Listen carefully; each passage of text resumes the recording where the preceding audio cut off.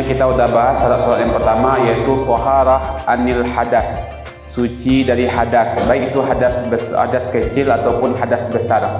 Maka sekarang yang kedua adalah thaharatul badan, yaitu suci badan dari najis-najis. Yang kedua adalah dari sani syurutis shalah. Syarat salat yang kedua adalah taharatu badanin, suci badan. Dan di antara bagian badan itu apa yang mesti suci, yaitu dakhilul fami, bagian dalam mulut, wal anfi, bagian hidung, dalam hidung, wal aini, bagian dalam mata. Jadi suci badan itu mencakup badan yang tampak dan juga badan yang di dalam. Kemudian apalagi wa malbusin, dan juga bukan hanya badan yang suci, juga pakaian harus suci. Oke, suci dari najis. Wa ghairihi min kulli mahmulin lahu, dan semua yang dia bawa dalam salat mesti suci. Contoh, kalau antum salat nanti pakai sorban atau pakai kain kain panjang itu, maka itu mesti suci. Walaupun itu bukan baju, tapi itu antum bawa dalam salat. Atau misalnya antum salat pakai tas misalnya. Boleh salat pakai tas? Boleh, dan tas itu mesti suci. Oke, tas itu mesti suci. Wa ghairihi min kulli mahmulin lahu wa illam yataharrak biharakatihi. Walaupun pakaian yang antum pakai itu tidak bergerak dengan gerakan antum ketika salat. Wa illam yataharrak biharakatihi. Wa illam yataharrak biharakatihi. Kemudian wa makanin. Tadi kan yang pertama taharatu badan. Yang kedua taharatu malbusin, pakaian. Yang ketiga taharatu makanin. Apa itu makan itu? Tempat. Tempatnya mesti suci. Tempatnya bagaimana? Tempat yang antum pakai untuk salat. Makanin yusalli fihi an najasin. Nih. Sucinya mesti dari apa? Dari najis. Apakah semua najis? Di sini sebutkan an najasin ghairi ma'fuin anhu, najis yang tidak dimaafkan. Najis yang tidak dimaafkan. Maka fala tasihhu sholatu ma'hu, maka tidak sah salat bersamanya. Walau nasiyan au jahilan biwujudihi, walaupun dia lupa atau tidak tahu bahwa ada najis. Contoh, ketika antum sudah salat, antum lihat baju, ternyata bajunya karena darah misalnya. Sah nak salat antum? Tidak sah. Walaupun antum tidak tahu tadi, walaupun antum lupa gitu, maka mesti diulang salatnya gitu. Jadi di sini sebutkan walau nasiyan biwujudi. Kenapa? Contoh itu. Kenapa Ustaz? Kita kan nggak tahu Ustaz tadi ada najis itu. Kenapa harus diulang gitu? Kenapa? Karena suci badan dari najis itu termasuk dari ahkamul wad'iyah. Antum belajar di ushul fikih kan? Ahkamul wad'iyah itu apa? Syarat, kenapa lagi? Sabab, mani' itu. Nah, maka dalam kaidah ushul fikih itu bahwa mengatakan kalau yang berkaitan tentang ahkamul wad'iyah, maka tidak ada pengaruhnya lupa atau tidak tahu. Jadi kalaupun antum lupa, nanti tetap ketika itu mesti diulang salatnya itu. Karena ini menyangkut kepada ahkamul wad'iyah atau khitabul wad'i itu. Maka disebutkan alladzi la yu'assiru fihi al-jahlu aw nisyan. Tidak ada pengaruhnya an-nisyan, kelupaan atau ketidaktahuan itu. Walau nasiyan aw jahilan biwujudihi aw bikaunihi mubtilan, atau dia nggak tahu bahwa yang najis ada di baju atau di badannya itu membatalkan salat, maka wajib ketika itu untuk diulang itu. Jadi di sini sebutkan kesimpulannya, annan najis min haitsu huwa, najis itu dilihat dari satu sisi terbagi jadi 4 macam. Nah, najis dilihat dari satu sisi jadi 4 macam. Yang pertama adalah qismun la yu'fa anhu fi thawbi wal ma. Oke, qismun aqsamu an-najis. Yang pertama qismun yu'fa anhu. Nah, aqsamun najis yang pertama qismun la yu'fa anhu fi thawbi wal ma. Afwan, qismun la yu'fa anhu fi thawbi wal ma. Ada yang tidak dimaafkan, baik itu terkena baju ataupun terkena air. Apa contohnya? Ad-dam, darah. Oke? Darah kalau terkena air maka tidak maksudnya kaqalilid dam. Oke? Atau misalnya apa? Afwan, bukan darah, ada penghapus. Entah. Nah, kabaulin, afwan, baulin. Air pipis. Air pipis kalau terkena baju atau terkena air maka tidak dimaafkan. Oke, tidak dimaafkan itu. Nah, yang kedua disebutkan qismun yu'fa anhu fihima. Qismun yang kedua, qismun yu'fa anhu fi thawbi wal badan. Ada yang dimaafkan untuk pakaian dan badan. Contohnya apa? Mala yudrikuhu at-tarfu. Najis yang tidak bisa dilihat oleh mata. Oke, najis yang tidak bisa dilihat oleh mata. Nah, ini yang kedua, qismun yu'fa anhu fi thawbi wal badan. Yang ketiga adalah qismun yu'fa anhu fi thawbi dunal badan. Nah, qismun yu'fa anhu fi thawbi duna al badan. Yang dimaafkan cuma di pakaian, tapi kalau terkena air tidak dimaafkan. Apa contohnya? Qalilud dam, darah yang sedikit. Oke, darah yang sedikit. Yang terakhir, qismun yu'fa anhu fil ma'i duna asaubi.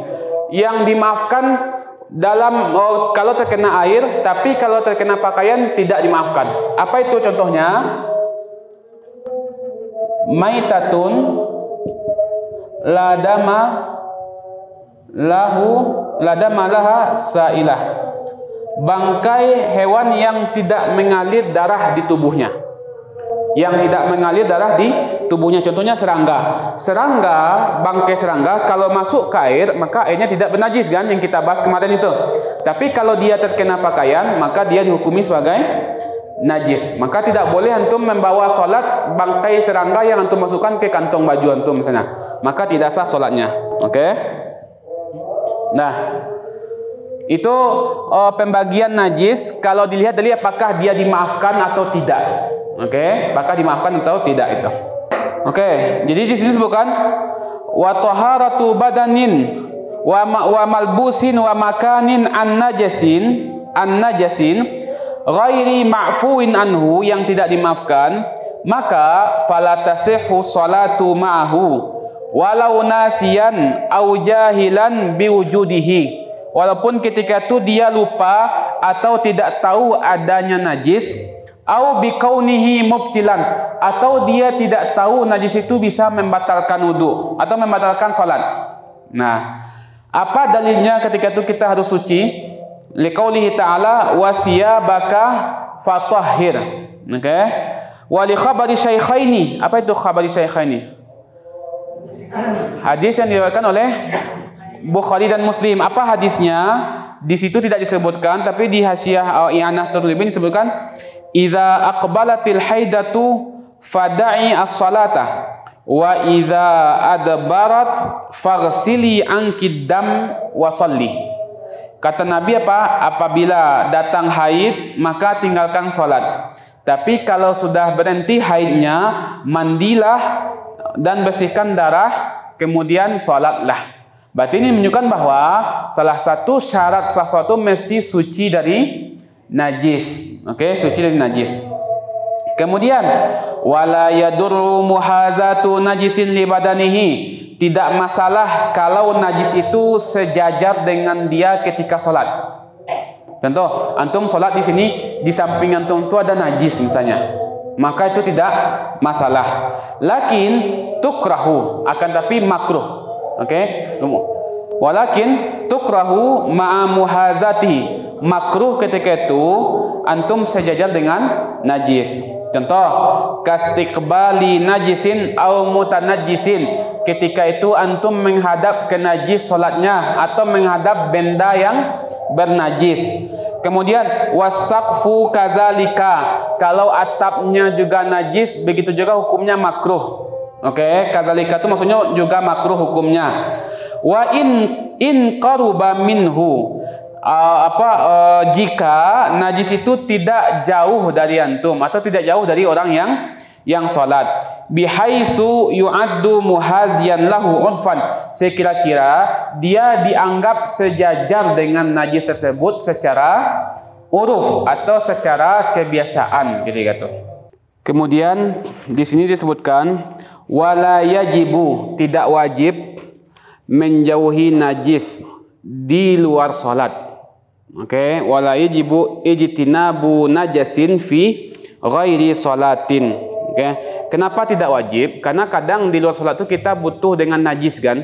Waktu itu kan pernah ketika itu Nabi di zaman Nabi ketika itu sahabat yang berobat dengan najis itu. Oke, dan seterusnya. Tapi kalau ketika salat maka wajib menjauhi najis. Wa mahalluhu, mahal itu apa? Letak ketidakwajiban menjauhi najis tersebut kalau fi ghairi tadammuhi bihi, selama dia tidak sengaja melumuri tubuhnya itu dengan najis atau melumuri pakaiannya dengan najis. Kalau sengaja ketika itu kita melumuri pakaian kita atau badan kita dengan najis, maka wajib untuk dijauhi. Oke, fahuwa ini pergi ke mana? Fahuwa yaitu at-tadammuhu, melumuri badan atau pakaian dengan najis, itu hukumnya haram tanpa ada hajah atau tanpa ada kebutuhan. Contoh kan misalnya ketika kurban gitu, kadang ada orang memainkan darah hewan itu kan, dioleskan ke kaki atau ke badan atau ke baju gitu. Kalau tidak ada kebutuhan di situ maka itu hukumnya haram. Kenapa? Karena darah hewan itu kan najis. Kalau antum melumuri najis ke tubuh antum, berarti antum melumuri sesuatu yang kotor, yang najis, maka itu hukumnya haram. Kecuali ada kebutuhan. Kadang kan darah hewan itu kan bisa dipakai untuk apa? Obat kaki kan, untuk kaki yang retak-retak itu. Maka kalau ada hajah tidak masalah. Tapi kalau untuk bermain saja atau iseng-iseng saja, maka itu hukumnya haram itu. Kemudian wahwa, najis itu apa definisinya? Ini ta'rifu an-najis syar'an, yaitu mustaqzarun yamna'u sihhatas salati haitsu la murakhisa. Sesuatu yang kotor. Nah, apakah semua yang kotor najis itu? Tidak. Yang kotor apa yang najis? Yang kotor yang bisa menghalangi sahnya salat.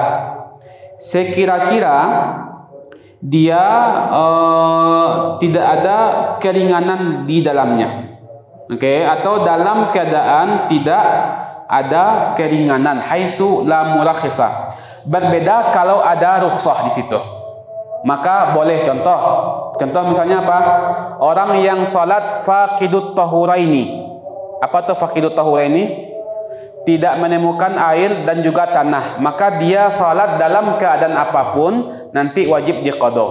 Lah, maka solatnya itu walaupun dia solat, walaupun dia dalam keadaan najis, tapi itu ada rukhsah bagi dia. Oke, ada rukhsah. Maka di sini disebutkan haitsu la murakhisa. Sekira-kira tidak ada keringanan bagi dia.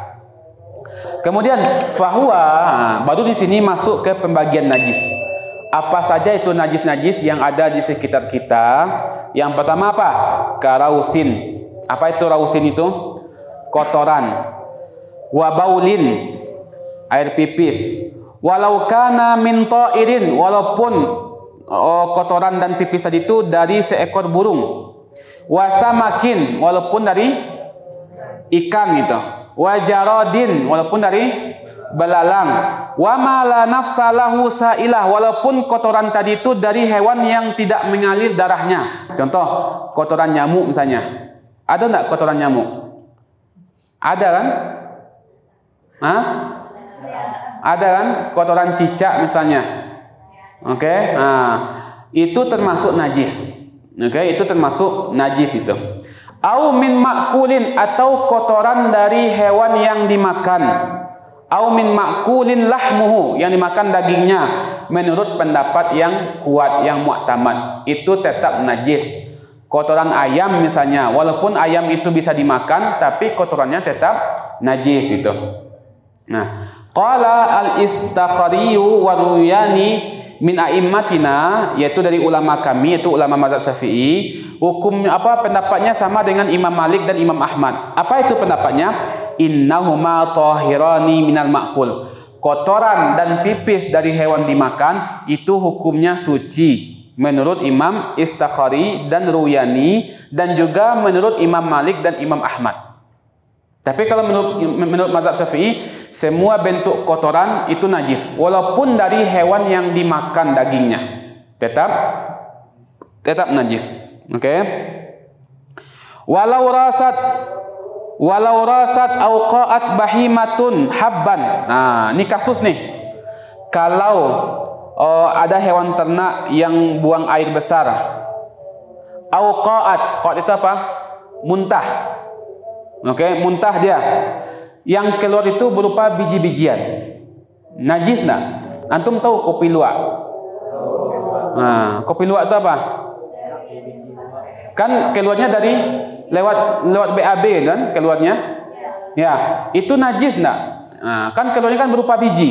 Nah, maka di situ disebutkan kalau keluarnya itu berupa biji, fa in kana salban, kalau yang keluar itu keras, bihaitsu law zuri'a nabata, sekira-kira kalau ditanam tumbuh dia. Nah, tumbuh dia, maka hukumnya apa? Famutanajjisun. Nah, itu hukumnya. Maka hukumnya sama dengan benda bernajis. Caranya apa? Dicuci dulu, dibasuh, baru bisa dikonsumsi. Famutanajjisun yughsalu wa yu'kal. Nah, dibasuh dan dimakan. Wa illa, kalau yang keluar itu berupa cairan, bukan berupa biji-bijian yang keras, maka fanajisun. Kalau najis bagaimana caranya supaya bisa dimakan? Tidak bisa kalau najis. Kalau benda cair bagaimana antum cuci? Nah, kalau dia sudah mencair, maka itu tidak bisa dicuci lagi. Nah, tapi kalau masih beku, masih benda padat yang keluar, maka itu bisa dicuci. Oke? Jangan dibayangkan ya. Nah, wa illa fanajisun. Oke?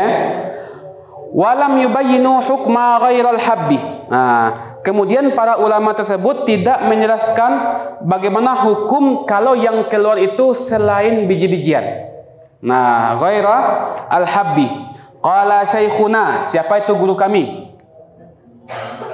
Ibnu Hajar Al-Haytami.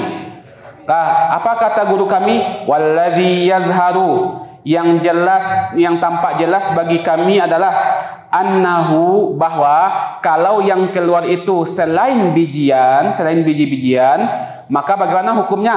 In taghayyara an halihi, kalau berubahnya, kalau dia itu keluar berubah dari keadaan asalnya, qablal bal'i, sebelum ditelan oleh hewan tersebut, walau yasiran, walaupun berubahnya itu sedikit, maka hukumnya fanajisun. Contoh, hewan tadi itu makan biji-bijian seukuran logam itu. Nanti keluarnya berubah aja bentuknya gitu. Maka dia tidak mutanajis lagi, tapi najisun. Oke, maka itu hukumnya najisun gitu. Wa illa, kalau tidak berubah dia, maka famutanajisun. Maka hukumnya mutanajis. Wa fil majmu'. Majmu' itu kitabnya Imam Nawawi. Wa fil majmu' ani Syekh Nasrin mengatakan bahwa al-afwu an bauli baqarid dayasati alal habbi. Dimaafkan kalau terkena air pipis dari sapi penggiling biji-bijian. Contoh, zaman dulu kan biji-bijian itu digilingan, ada penggilingan, dan yang melakukan itu sapi. Kemudian sapi itu pipis misalnya, kena bijian tersebut, maka menurut Imam Syekh Nasrin mengatakan bahwa itu dimaafkan. Oke, itu dimaafkan. Kemudian wa anil Juwaini, yaitu Abu Muhammad Al-Juwaini. Abu Muhammad Al-Juwaini ini adalah ayah dari Imam Al-Haramain Al-Juwaini. Imam Al-Haramain itulah pengarang kitab Al-Waraqat fi Usulil Fiqih. Oke. Wa anil Juwaini tasdidun nakir alal bahsi anhu wa tathhirihi. Ketika itu Imam Al-Juwaini mengatakan beliau menolak pembahasan yang disebutkan oleh Imam Syekh tadi Nasrin tentang najis yang dimaafkan tadi. Oke. Wa bahasa Fazari al-afwa an ba'ril fa'rah. Kemudian Imam Al-Fazari ketika itu membahas tentang hukum maaf atau memaafkan dari kotoran tikus fa'rah. Iza waqa'a fi ma'in, apabila tikus tadi itu jatuh ke benda cair, wa ammatil balwa bihi, dan ketika itu susah untuk dihindari. Wa ammati al balwa bihi, contoh di dapurnya tuh tikusnya banyak misalnya itu, susah untuk dihindari. Biasanya tikusnya masuk ke dalam minyak, ke dalam air gitu, maka itu dimaafkan gitu. Kemudian kenapa? Karena ada kaidah mengatakan bahwa anna syai'a idza ammatil balwa yu'fa anhu. Sesuatu itu kalau ujiannya itu menyeluruh atau merata, maka dimaafkan. Maksudnya apa merata itu? Susah untuk dihindari. Oke, susah untuk dihindari. Wa amma ma yujadu ala waraqi ba'di syajari. Adapun kotoran yang terdapat di lembaran daun karwaghwati fanajisu, seperti buih-buih dari kotoran, maka itu hukumnya najis. Kenapa? Li'annahu yakhruju min batini ba'did didan kama syuhida dzalika. Karena najis tersebut keluar dari dalam perut ulat, oke, sebagaimana yang disaksikan itu. Kemudian walaisal ambaru rausan. Ambar itu apa? Ambar itu kotoran dari hewan hiu itu, hewan laut itu. Lah, kotoran hewan ikan hiu itu. Lah, adapun kotoran ikan hiu itu bukan termasuk raus, bukan termasuk kotoran. Khilafan liman za'amahu, berbeda pendapat orang yang mengatakannya. Bal huwa nabatun fil bahri. Bahkan kotoran hiu itu disebut sebagai tumbuhan di lautan gitu. Oke, berarti ini masalah khilafiyah. Kemudian najis yang ketiga apa? Wa mazyin. Apa itu mazi? Mazi dengan pakai titik, itu mazyin pakai dal. Lil amri bi ghasli zakari minhu, karena ada perintah dari Nabi kalau keluar mazi mesti dibasuh kemaluannya. Itu menunjukkan bahwa mazi itu najis. Oke. Apa itu mazi? Mazi itu adalah maun abyadun, air yang berwarna putih, au asfar atau berwarna kuning, raqiqun, apa itu? Tidak kental. Oke, airnya tidak kental. Yakhruju ghaliban, biasanya keluar ketika gejolak syahwat. Tapi gejolak syahwat itu tidak begitu kuat. Beda dengan mani ya. Mani itu gejolak syahwatnya kuat. Oke, apa beda dengan mani? Kalau mani airnya tuh kental. Beda dengan mazi. Kemudian keluarnya itu kalau mani dengan gejolak syahwat yang kuat, sedangkan mazi tidak terlalu kuat. Contoh ketika seorang melihat yang bisa menimbulkan syahwat lalu tiba-tiba basah, berarti itu namanya mazi. Oke, namanya bazi, al-mazi. Kemudian yang keempat, al-wadi. Wadi itu apa? Dengan muahmalah itu tanpa titik, berarti dal. Wahwa ma'un abyad, air berwarna putih. Kadirun, apa itu kadirun tuh? Kotor. Nah, sakhinun, kental. Yakhruju ghaliban aqibal bauli, biasanya keluar setelah buang air pipis. Au inda hamlin syai'in saqil, atau biasanya keluar ketika membawa sesuatu yang berat gitu. Oke, biasanya tidak merasakan air wadi itu sudah keluar itu. Oke, ini namanya wadi dan hukumnya najis. Kalau kena pakaian atau celana berarti pakaiannya terkena najis. Yang kelima, wadamin, darah. Hatta bahkan mabakia ala nahwi azmin, bahkan darah yang tersisa di tulang hewan, maka itu juga disebut sebagai najis. Walakinnahu ma'fuun anhu. Walaupun tapi dia dimaafkan. Oke. Antum pernah merebus tulang kan? Biasanya kan keluar darah itu di air itu, maka itu dimaafkan. Dengan syarat tulang itu sudah kita bersihkan sebelumnya. Tapi kalau tulang yang belum dibersihkan langsung dari hewan itu langsung antum rebus itu, maka itu tidak dimaafkan. Mesti dibersihkan dulu. Oke. Di sini disebutkan lakinnahu ma'fuun anhu. Wastasnau minhu al-kabida wat-tihala wal miska. Dikecualikan. Tadi kan darah itu kan najis. Oke, darah itu najis, maka dikecualikan dari itu apa? Al-kabid. Kabid itu hati hewan. Hati itu kan dari darah yang sudah beku. Wat-tihal itu limpa. Wal miska itu parfum atau wangi-wangian yang terbuat dari darah kijang, darah seekor kijang itu. Ai walau min mayitin, walaupun dari kijang yang sudah mati gitu, diambil darahnya dijadikan parfum, maka itu hukumnya tidak najis, itu dikecualikan. Tapi hukum asal pada darah hukumnya apa? Najis, kecuali yang disebutkan tadi. Inin qada, kalaupun darah itu sudah terbentuk. Wal alaqata wal mudghata, dan juga alaqah itu apa? Segumpal darah. Wal mudghata, segumpal daging.